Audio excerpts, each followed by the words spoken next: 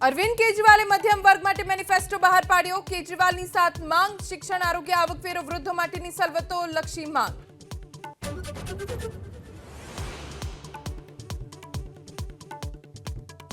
મહાકુંભમાં યુપી કેબિનેટની મીટિંગ, સંગમમાં યોગીની 54 મંત્રીઓ સાથે ડૂબકી। કેબિનેટ બેઠકમાં 12 થી વધુ દરખાસ્તોને મંજૂરી, વિદ્યાર્થીઓના હિતમાં નિર્ણય।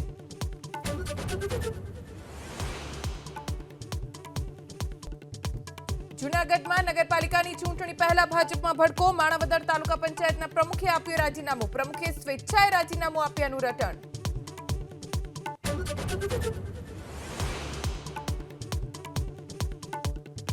સુરતમાં ફરી એકવાર બોગસ તબીબ ઝડપાયો, ઈચ્છાપોર પોલીસે રેડ કરતા 3 ઝોલાછાપ ઝડપાયા। દવા, મેડિકલના સાધન સહિત 13,000 થી વધુનો મુદ્દામાલ જપ્ત, 50 થી 200 સુધી વસૂલતા ચાર્જ।